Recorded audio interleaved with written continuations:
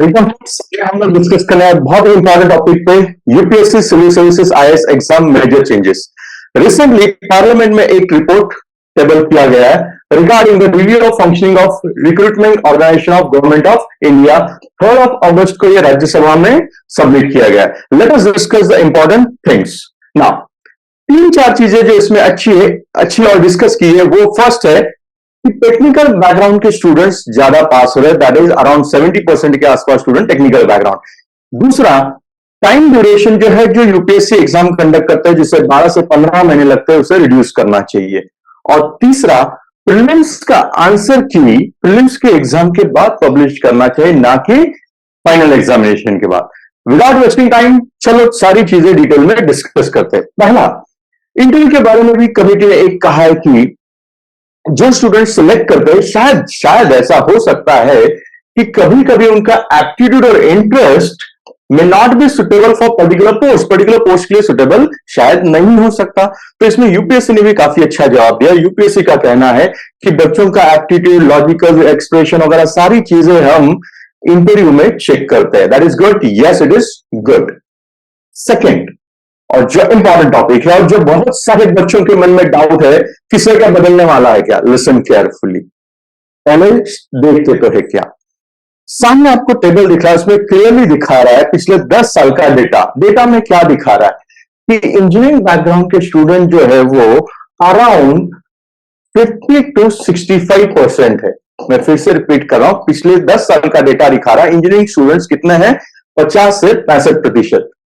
Medical के student है around अभी 4% और ह्यूमैनिटीज के स्टूडेंट्स है अराउंड 20 to 25% पिछले 10 साल का रिकॉर्ड दिखा रहा है।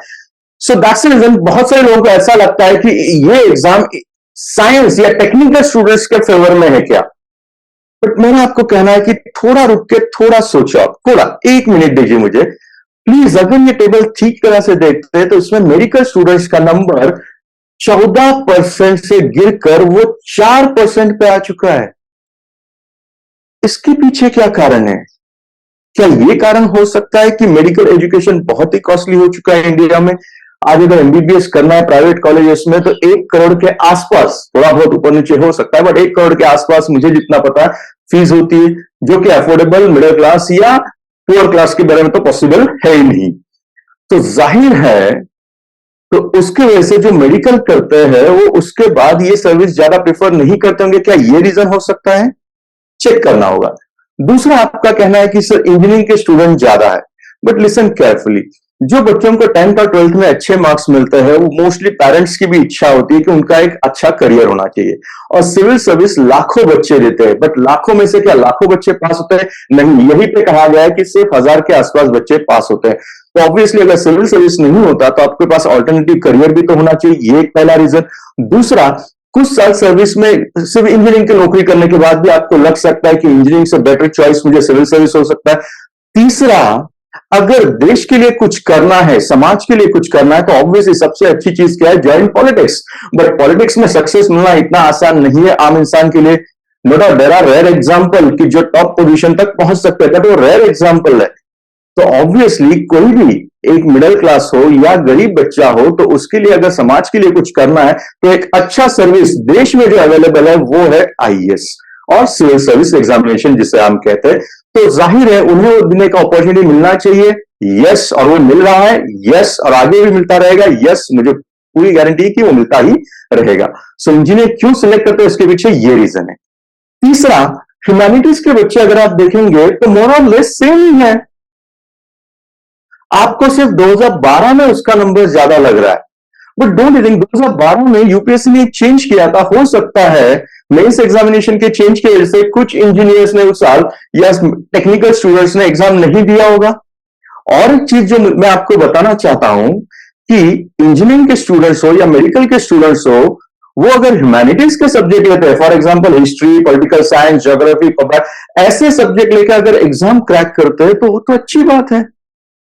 तो क्या और एक चीज चेक करनी चाहिए कि ये जो बच्चे पास हो रहे हैं उनके ऑप्शनल्स क्या है। हाँ, अगर उनके ऑप्शनल इंजीनियरिंग के हैं, मैथ्स से, फिजिक्स से, केमिस्ट्री है, तो ऑब्वियसली वो बायस हो सकता है, बट मुझे ऐसा नहीं लगता। मोस्ट ऑफ द स्टूडेंट जो हमने देखे हैं आजकल ह्यूमैनिटीज के सब्जेक्ट लेके एग्जाम क्रैक कर रहे हैं।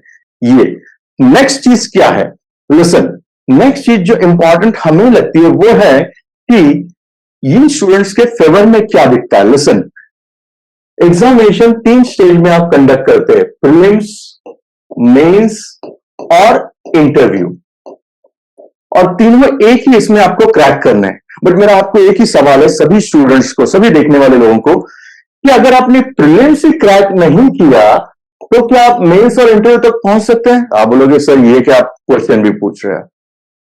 यही रियलिटी आपको बताना चाहता हूं कि मोस्ट ऑफ द स्टूडेंट्स कहां फेल होते हैं, पीटी में। तो प्रीलिम्स में ऐसा क्या है? प्रीलिम्स में आपको 2 सब्जेक्ट है, एक है जीएस और दूसरा है सीसैट। सीसैट इंट्रोड्यूस कब किया है? 10-12 साल पहले ना। आपको पहले यह सोचना पड़ेगा कि सीसैट क्यों इंट्रोड्यूस किया, क्योंकि सीसैट इंट्रोड्यूस किया तभी बहुत सारे लोगों ने यह कहा था कि ये सीसैट साइंस स्टूडेंट्स के फेवर में जा सकता है, क्योंकि सीसैट में जो रीजनिंग है, जो मैथमेटिक्स है, डेटा इंटरप्रिटेशन, रीजनिंग, इसमें डेफिनेटली वो बच्चे अच्छे परफॉर्म करेंगे। इट्स लाइक सिंपल थिंग कि कोई वर्नाक्युलर मीडियम का बच्चा है, उसकी कंपटीशन आप एक कॉन्वेंट के बच्चे के साथ करवा रहे हो। कि कॉन्वेंट का बच्चा, आप ये कह सकते हैं कि सर इससे भी टैलेंट होना चाहिए, मेरिट होना चाहिए। यस भाई, होना ही चाहिए, बट किसे कौन सा एजुकेशन मिलना ये उसके हाथ में भी हमेशा नहीं होता। It depends upon their background also, social background, कहां पैदा होना, कहां पढ़ाई करना, ये हर चीज आपके हमेशा हाथ में होती है, ऐसी कोई गारंटी नहीं है। तो यहां पे सीसैट की वजह से ऑब्वियसली इंजीनियरिंग स्टूडेंट्स को एज मिल रहा है। यस, क्योंकि हम भी देख रहे हैं बहुत बार क्या होता है कि आप प्रीलिम से पास नहीं होंगे तो आगे जा ही नहीं सकते। एंड इसीलिए सीसैट को क्या किया गया, अभी सीसैट को अभी क्वालिफाइंग किया गया है। दैट इटसेल्फ मींस अब सीसैट क्या हो चुका है, क्वालिफाइंग हो चुका है। सो कमिंग ईयर्स में शायद इसमें आपको रिजल्ट में चेंजेस दिख सकते हैं। नेक्स्ट, कमिटी का कहना है कि प्रीलिम्स की जो एग्जामिनेशन होती है, वो प्रीलिम्स का एग्जामिनेशन होने के बाद क्या उसका आंसर की उसे डिक्लेयर करना चाहिए। यस, कमिटी ने भी कहा यस, और ये स्टूडेंट्स की डिमांड है। कब से?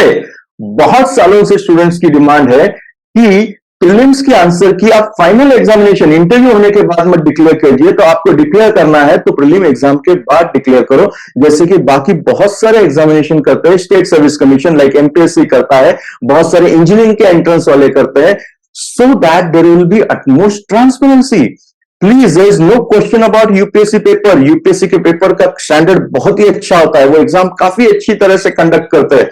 बट अगर वो आंसर की भी नेक्स्ट डे डिक्लेयर करते हैं, आई रिपीट, नेक्स्ट डे अगर वे वेबसाइट पे डिक्लेयर करते हैं, सो डोंट थिंक, बच्चों के लिए काफी अच्छा हो जाएगा कि अगर उन्हें लगता है कि वो नहीं पास होने वाले तो वो कहीं और अपना करियर कर सकते हैं, उसके लिए वेट करने की जरूरत नहीं। और अगर उनके कुछ ग्रीवेंसेस है कि सर ये क्वेश्चन एम्बिगुअस है, ये क्वेश्चन के आंसर 2 दिख रहे हैं हमें, तो उसके ऊपर भी रेजोल्यूशन आ सकता है। और यही बात पार्लियामेंट्री कमेटी ने भी कही है, वो की बहुत ही अच्छी बात है। नेक्स्ट चीज है कि प्रीलिम्स और फाइनल एग्जामिनेशन, इनके बीच का जो गैप होता है वो बहुत ही बड़ा है। Time gap between prelims and mains and final अगर आप देखेंगे तो नॉर्मली ये जो टाइम ड्यूरेशन होता है वो होता है अराउंड 12 से 15 महीने। तो कमिटी का कहना है कि ये कम कर सकते हैं। तो इस पे ऊपर यूपीएससी ने रिप्लाई दिया है कि ऑलरेडी हमने ऑप्टिमाइज किया है। बट मुझे एक बात लगती है यहां पे, क्या ऐसा हो सकता है कि प्रीलिम्स के एग्जामिनेशन के बाद मेंस के एग्जामिनेशन के लिए नॉर्मली 3 से 4 महीने दिए जाते हैं, 3 से 4 महीने, क्या ये गैप 1 महीने तक लेके आ सकते हैं? Yes, it is possible. कैसे? Listen, most of the students, आप यूपीएससी जो प्रिपेयर करते हैं, आप खुद ही डिसाइड करो कि आप पहले प्रिपरेशन प्रीलिम्स का करते हो या मेंस का करते हो। आंसर आएगा मेंस का, मतलब मेंस का प्रिपरेशन ऑलरेडी आपका हो चुका होता है। तो अगर मेंस का प्रिपरेशन ऑलरेडी हो चुका है तो पीटी के बाद अगर 1-1.5 महीने में ही अगर मेंस कंडक्ट करते हैं तो ऑब्वियसली एग्जामिनेशन का जो ड्यूरेशन है ऑटोमेटिकली रिड्यूस हो जाएगा, और students can offer other examination और अदर करियर, और they can give UPSC simultaneously with job also. So is it possible? Yes, इसके ऊपर हम सबको सोचना जरूरी है। नेक्स्ट आंसर की अब फाइनल कंक्लूजन करते हैं। क्या टेक्निकल बैकग्राउंड स्टूडेंट्स को यूपीएससी में एज मिल रहा है? यस, सीसैट की वजह से, बट सीसैट अभी क्वालिफाई किया गया है, तो शायद इससे आपको चेंजेस दिखेंगे। दूसरा, टाइम ड्यूरेशन कम होना चाहिए क्या? यस, जरूर होना चाहिए। तीसरा, प्रीलिम्स का आंसर की आपको मिलना चाहिए क्या? यस, डेफिनेटली प्रीलिम्स का आंसर की मिलना ही चाहिए। उससे बच्चों को एटलीस्ट एक बात तो पता चलेगी कि उनका स्टैंडिंग कहां पे है, और वो प्रीलिम्स के बाद मिलना चाहिए, ना कि फाइनल रिजल्ट के बाद जिसमें उसको पूरी वैल्यू नहीं होता। नाउ इसके ऊपर आपको क्या लगता है? कुछ सजेशंस होंगे तो कमेंट बॉक्स में बता दीजिए। अगर वीडियो पसंद आया तो लाइक, शेयर और सब्सक्राइब कर दीजिए। Thank you very much.